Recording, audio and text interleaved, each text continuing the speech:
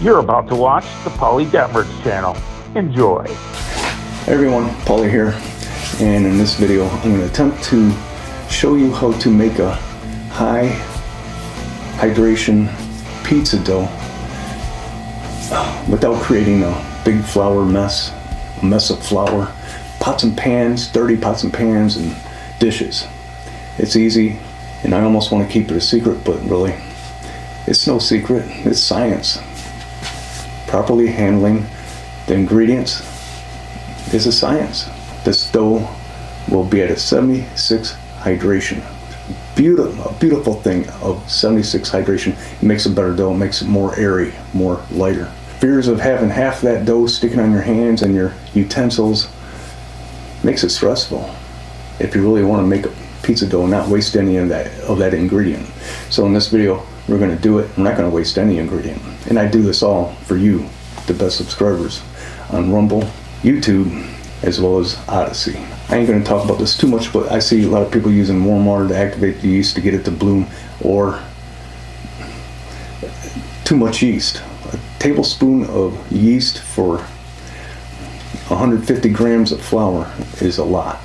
You're going to get a bready taste. I want a dough taste. I don't want that pretzel taste about pizza dough. Think about it just for a minute.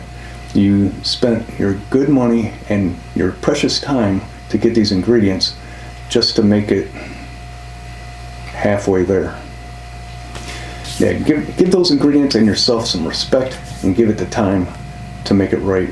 Time is a key ingredient in making pizza dough. You're watching the Pauly Detmers channel. Please like, comment, and subscribe. Yeah, water. Let's talk about water. I use usually room temperature water. Sometimes I will refrigerate it.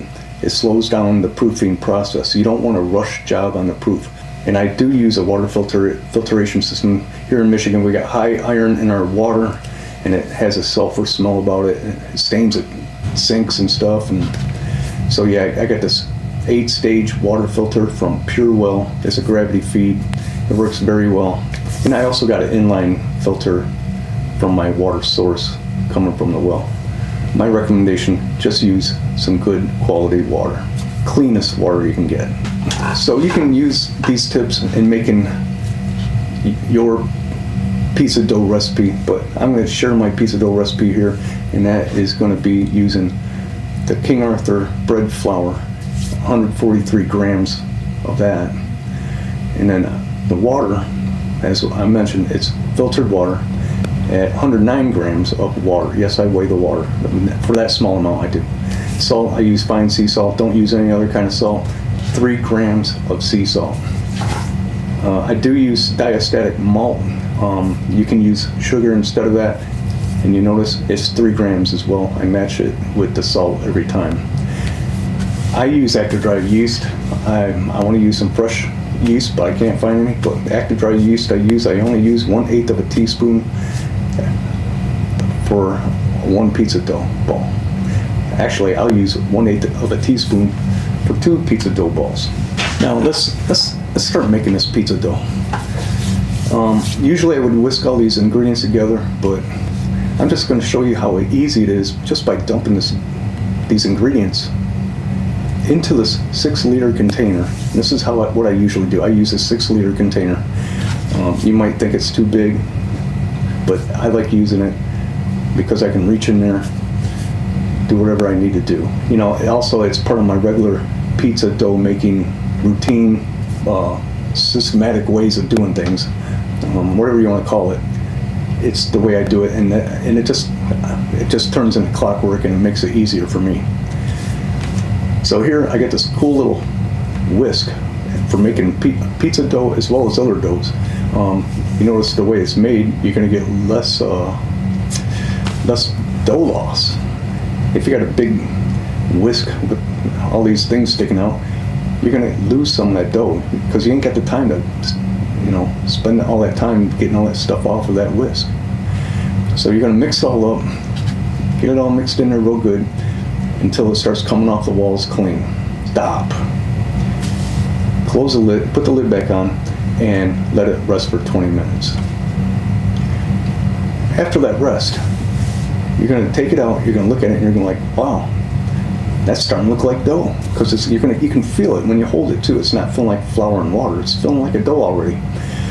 So you're going to knead it, but you're going to have a little bit of oil on your hands to keep it from sticking to your hand. That 20 minutes makes a world of difference. Time is essential in making pizza dough, good pizza dough at least. I do like to put the olive oil on my hands, not just to keep it from sticking, but it does put a little bit of that oil into the pizza dough. It mixes it in there, and I don't have it in my ingredient list, but I always know I'm going to have it on my hand, so I don't need to. So after that 20 minutes, you're going to take it out with the lightly oiled hands, not too much, don't get carried away. Mix it, or I should say knead it, until it gets sticky. It ain't going to take long. It's going to take about 4 or 5 seconds. Put it back in that 6-liter container, or whatever container you're using. Close it up, cover it up. I'll put the lid on mine, and I'm going to wait another 20 minutes. Let it take a little nap again. This time, I'm going to put it in the refrigerator. You can put it in a warm corner and let it rise and make a pizza that night, but me, I'm going to put it in the refrigerator, let it chill, degas it, and then 1 to 3 days later, I'm going to be making a pizza. As you seen in the video, I removed the dough from that container, but you can certainly knead it inside that container. That's one of the benefits of having a 6-liter container like that. I'm able to do it. Or you can use a bowl, and it's just as easy. End result's going to be just the same. It's going to be some great tasting pizza dough. In the end, you got a great tasting, high hydrated, no mess, easy to make pizza dough of your dreams. I want to thank you all for watching. So appreciated. God bless.